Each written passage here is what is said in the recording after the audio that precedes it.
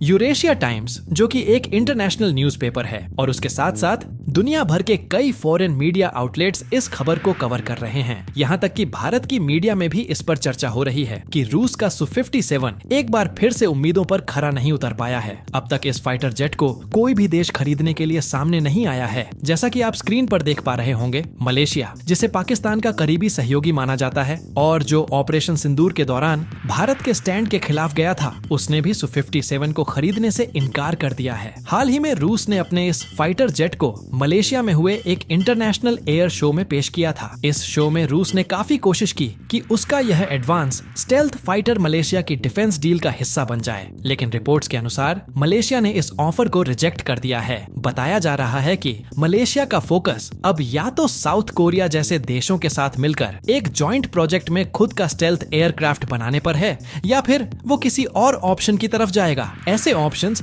जो पहले से मार्केट में मौजूद हैं और स्टेल्थ कैटेगरी में फिट बैठते हैं। फिलहाल तो मलेशिया ने Su-57 में कोई दिलचस्पी नहीं दिखाई है और यह रूस के लिए एक बड़ा झटका माना जा रहा है। रूस खुद इस जेट को अपना सबसे पावरफुल, सबसे मॉडर्न और सबसे एडवांस फाइटर प्लेन बताता है, लेकिन इसके बावजूद आज तक एक भी कंफर्म इंटरनेशनल कस्टमर नहीं मिला है। इतना ही नहीं, कुछ महीने पहले रिपोर्ट्स आई थीं कि अल्जीरिया की एक मीडिया आउटलेट ने दावा किया था कि उनकी मिलिट्री ने Su-57 के लिए ऑर्डर प्लेस कर दिया है। उस समय ऐसा लग रहा था कि शायद अल्जीरिया इसका पहला ऑफिशियल बायर बन जाएगा, लेकिन अब इस बात को लगभग 1 साल हो चुका है और अब तक अल्जीरिया की गवर्नमेंट ने न तो इस डील की पुष्टि की है और न ही कोई ऑफिशियल स्टेटमेंट जारी किया है। रूस के लिए ये एक मुश्किल स्थिति बनती जा रही है, क्योंकि जिस जेट को वो अपना बेस्ट बता रहा है, उसे इंटरनेशनल लेवल पर अभी तक कोई 100% भरोसेमंद कस्टमर नहीं मिल पाया है और ये उसके डिफेंस मार्केटिंग के लिए भी एक चिंता की बात है। यानी कि अब तक अल्जीरिया ने भी इसे आधिकारिक तौर पर नहीं खरीदा है और शायद यही वजह है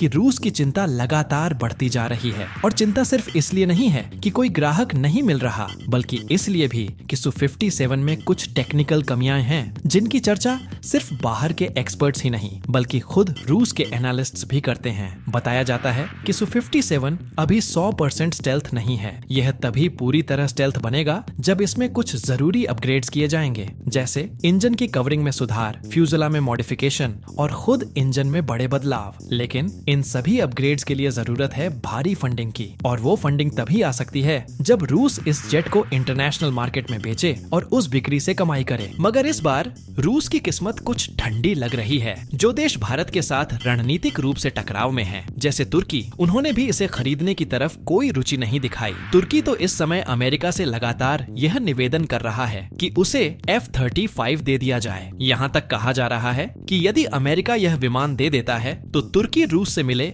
S-400 एयर डिफेंस सिस्टम का इस्तेमाल नहीं करेगा। इससे आप अंदाजा लगा सकते हैं कि इंटरनेशनल पॉलिटिक्स और टेक्नोलॉजी दोनों ही स्तरों पर Su-57 के खिलाफ हवा बह रही है। अब भारत में सवाल उठने लगे हैं कि जब भारत के विरोध में खड़े देशों ने इस जेट को नहीं चुना तो क्या भारत को इसे खरीदना चाहिए? इसका जवाब इतना सीधा नहीं है। कई विशेषज्ञ मानते हैं कि जिन देशों ने Su-57 को अस्वीकार किया है, उन्हें फिलहाल स्टेल्थ फाइटर की तुरंत जरूरत नहीं है। मलेशिया की बात करें तो उसकी स्थिति कुछ वैसी ही है और तुर्की के पास पहले से F-35 का विकल्प मौजूद है। लेकिन भारत की बात अलग है। भारत की जरूरत तत्काल है। चीन और पाकिस्तान के पास अब J-35 जैसे स्टेल्थ फाइटर आने लगे हैं और जानकारी के अनुसार पाकिस्तान के पायलट्स इस वक्त चीन में जाकर J-35 उड़ाने की ट्रेनिंग भी ले रहे हैं। तो ये साफ संकेत है कि भारत को भी जल्द से जल्द एक मजबूत विकल्प की तलाश करनी ही होगी। अब सवाल है, वो विकल्प क्या हो? क्या भारत को